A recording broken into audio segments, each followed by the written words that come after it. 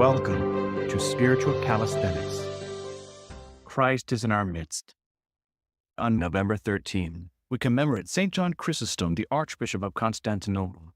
We also celebrate St. Anthousa, the mother of St. John Chrysostom, and St. Damaskinos, the new martyr of Mount Athos. Regarding St. John Chrysostom, Archbishop of Constantinople, this greatest and most beloved of all Christian orders was born in Antioch in the year 344 or 347. His pious parents were called Secundus and Anthousa. After his mother was widowed at the age of 20, she devoted herself to bringing up John and his elder sister in the nurture and admonition of the Lord. John received his literary training under Anthousa, the philosopher, and Libanius, the sophist, who was the greatest Greek scholar and rhetorician of his day. Libanius was a pagan, and when asked before his death whom he wished to have for his successor, he said, "John, had not the Christians stolen him from us?" With such training, with such gifts as he had by nature, John had before him a brilliant career as a rhetorician. A rhetorician, for those that are not aware, is somebody that is based in logic and able to argue. Art of the argument is rhetoric, meaning you establish a baseline and say, okay, you agree on this, I agree on this, and we both agree on this. But from this common plane, let's make our arguments to see if we can have an agreement. But through the good example of his godly mother Anthousa and of the holy bishop Meletius of Antioch, by whom he was ordained reader about the year 370, he chose instead to dedicate himself to God.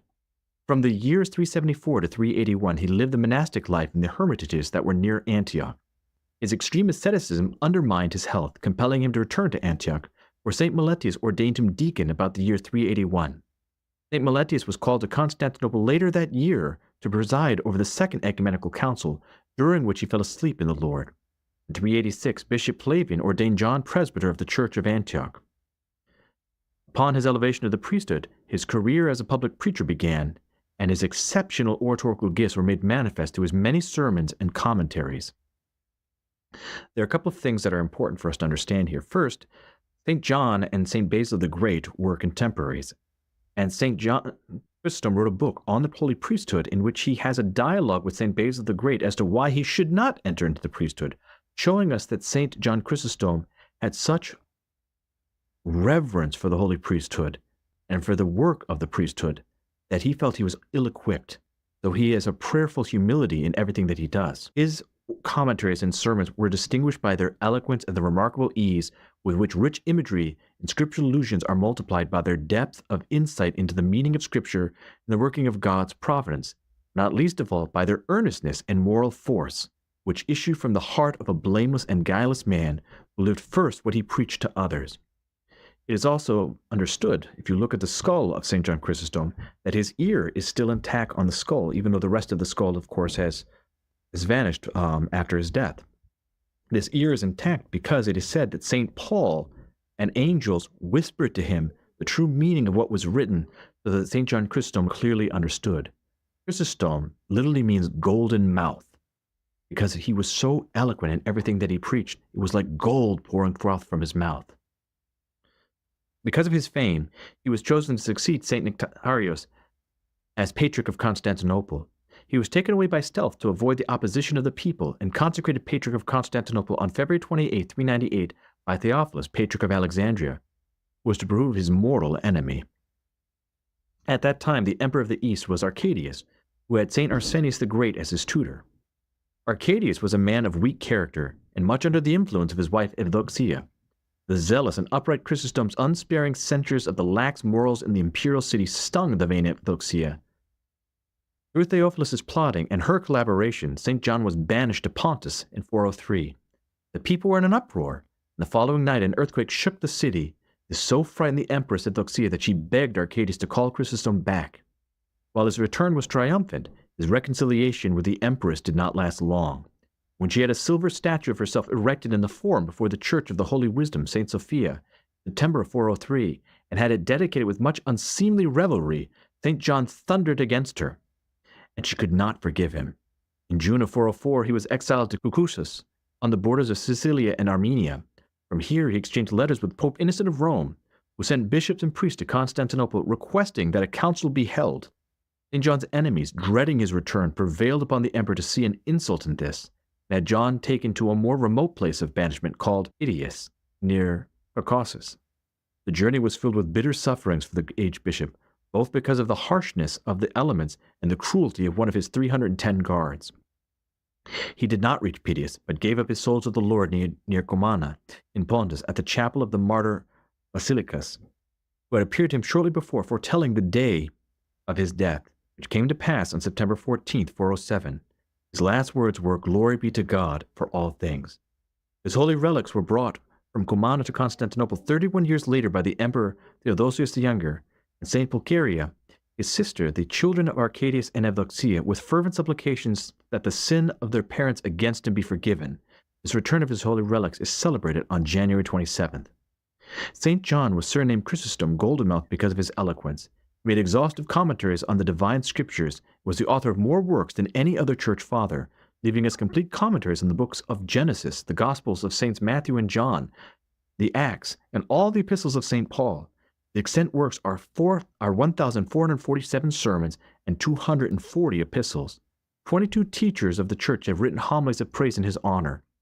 Besides his feast day today and on January 27th, he is celebrated as one of the three hierarchs on January 30th, together with St. Basil the Great, St. Gregory the Theologian.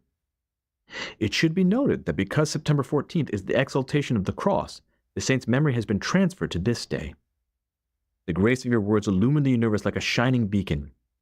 It amassed treasures of munificence in the world. It demonstrated the greatness of humility, teaching us by your own words. Therefore, O Father John Chrysostom, intercede to Christ the Logos for the salvation of our souls. You received the divine grace from heaven, and by your own lips taught all to worship the one God in Trinity. All blessed venerable John Chrysostom, deservedly we praise you, for you are teacher, clearly revealing things divine. From St. Paul's letter to the Hebrews. Brethren, it was fitting that we should have such a high priest, holy, blameless, unstained, separated from sinners, exalted above the heavens. He has no need, like those high priests, to offer sacrifices daily, first for their own sins, and then for those of the people. He did this once and for all when he offered up himself. Indeed, the law appoints men in their weakness as high priests, but the word of the oath, which came later than the law, appoints a son who has been made perfect forever. Then the point of what we are saying is this: we have such a high priest, one who is seated at the right hand of the throne of majesty in heaven, a minister in the sanctuary and the true tent, which is set up not by man, but by the Lord. This new priest, the priesthood of Melchizedek, is the priesthood of the Orthodox clergy. And every bishop represents Christ on earth as a stand-in, an analog for that. And every priest, when he is serving liturgy, venerates the name of the bishop under whom he is serving on the antimitsion, which is over the holy altar, and therefore acts as legate for that bishop who is a stand-in for Christ. St. John Chrysostom, as such a stand-in, resembles Christ in every way in his humility and his love. From the Matins Gospel. The Lord said to the Jews who came to him, "Truly, truly, I say to you, he who does not enter the sheepfold by the door, but climbs in by another way, that man is a thief and a robber. But he who enters by the door is the shepherd of the sheep. To him the gatekeeper opens. Sheep hear his voice. And he calls his own sheep by name and leads them out. When he's brought all of his own, he goes before them. The sheep follow him, for they know his voice. A stranger they will not follow. They will flee from him, for they do not know the voice of strangers." This figure Jesus used with them, but they did not understand what he was saying to them. But Jesus again said to them, "Truly, truly, I say to you, I am the door of the sheep. All who came before me are thieves and robbers, but the sheep did not heed them. I am the door. If anyone enters by me, he will be saved and will go in and out and find pasture." Showing us that Jesus Christ, as our high priest, he is the door by which we enter into paradise. We are the sheep. We hear his voice. And as sheep, we follow after the shepherd. Christ is our shepherd. The priest symbolizes the lead sheep. The lead sheep, if you ever go to a farm, has a little bell around his neck. And that sheep follows the shepherd. When the shepherd calls, that sheep goes, the other sheep follow him. The liturgy gospel continues. The Lord said, I am the door. If anyone enters by me, he will be saved and will go in and out and find pasture. The thief comes only to steal and kill and destroy. I came that they may have life and have it abundantly. I am the good shepherd. The good shepherd lays down his life for the sheep. He was a hireling and not a shepherd, whose own the sheep are not, sees the wolf coming and leaves the sheep and flees. The wolf snatches them, scatters them. He flees because he's a hireling, cares nothing for the sheep. I am the good shepherd.